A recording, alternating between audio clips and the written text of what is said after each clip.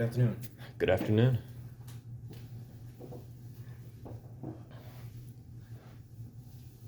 All right. Could you please tell me about yourself?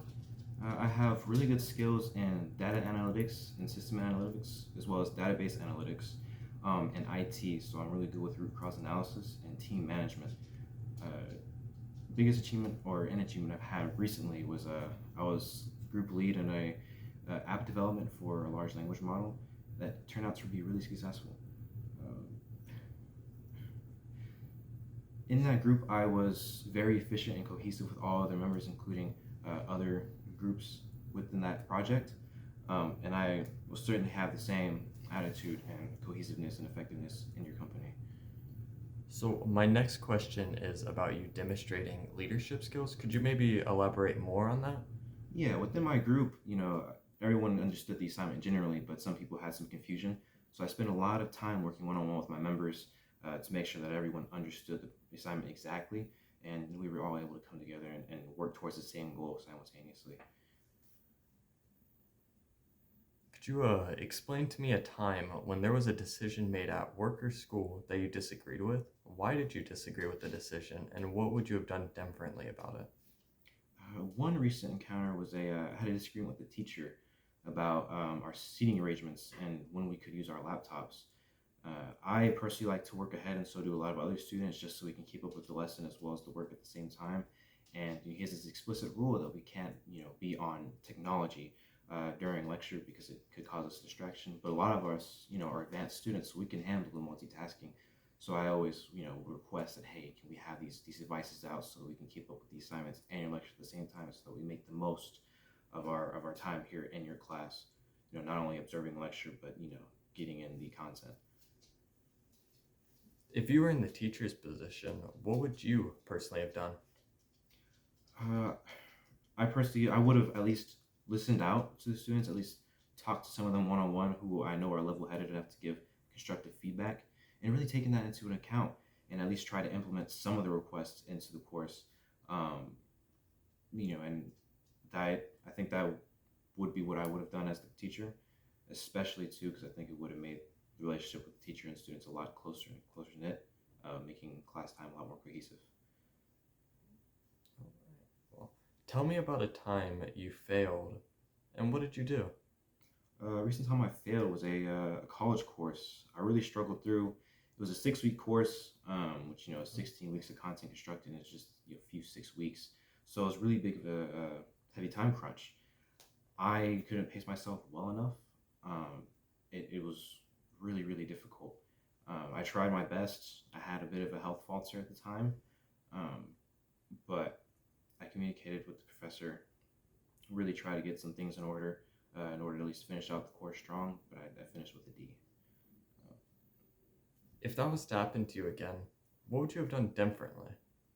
Uh, for sure, I would have, at least beforehand, either tried to request maybe an 8 week course or a 16 course, but if I was again thrown another 6 week course, I would for sure try to work ahead a lot more, ensuring that I have enough time or margin for error and or corrections, um, and at least maybe a little break here and there so I can keep my mental health in check and not get myself overwhelmed and have another health falter or breakdown. Um, and also keep communication with the professor super consistent, just so I know exactly what's happening and when it's happening. Now, if I asked a former boss or teacher what your biggest weakness is, what would they say? My biggest weakness is probably me being over social, overly social.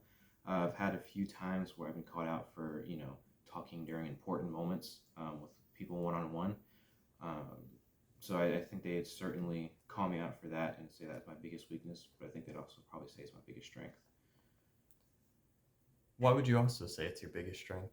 It allows me to build connections with everyone. So at least when it comes to working in teams, no matter who I'm with, I have a good relationship with them already.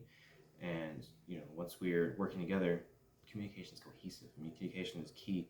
It allows people to work together really well, um, and get the assignment done smoothly. I mean, the only hiccups we might have would be technical issues external of our relationship. So I know that communication can go through seamlessly. And it would allow for things to get done. Most likely even before deadline. Tell me about a time you experienced a major change at work or school and how you responded. One major change at work, or not at work, at school, um, was probably when I entered high school. I entered a dual credit program, which was definitely a big jump from just taking advanced classes in middle school all the way just to jumping from high school and college. Um, it's a really rigorous program. Obviously, taking college and high school at the same time, so it's double the work, high school and college. Uh, and it's a lot of time management. Time management was very key. I didn't have it down the first semester, which first semester definitely crushed me a bit. But after a while of getting used to it and bettering my time management, I became efficient. So you said it was a major change switching. What do you think the program could have done differently? I think they could have offered a little more, maybe moral support and educational support. A few times they had talked about having study groups, but they never really implemented those study groups or get together groups. It was more of like a myth almost. And that moral support I'm talking about, as a kid, watching your grades dwindle like that in a program where you're supposed to be considered gifted and talented, that can really be crushing to the soul. So I think if they had offered a little more counseling, I think at least we would have had better emotional support um, for our mental states. Because we, as kids, we can get burnt out real easy. And what would you say your greatest personal achievement is so far? So far, in recent times, I've been focusing a lot on my health so I can be resilient when it comes to working for long periods of time. And I've found myself, really taking care of my body and my mind. So I've been reading up on a lot of psychology, exercising, and managing my diet as well as managing my vitamin intake. So my biggest achievement, is maintaining my overall health. And what about your greatest personal achievement for work or school? Uh, Work, I think, still to this day would be when I was not work. I'm sorry, school. Would be when I took my first project management class.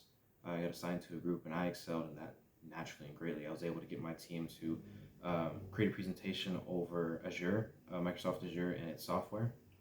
Um, and that went really, really well. I mean, I was surprised how well I was able to communicate with my team at the time. Um, and really get them to do what I needed them to do in a timely manner. So I think my biggest achievement was, able to being able to create and manage a cohesive and efficient team. All right, I have one more question out of curiosity. If I was to ask the people in your group, do you think they would give you positive feedback? I think they would.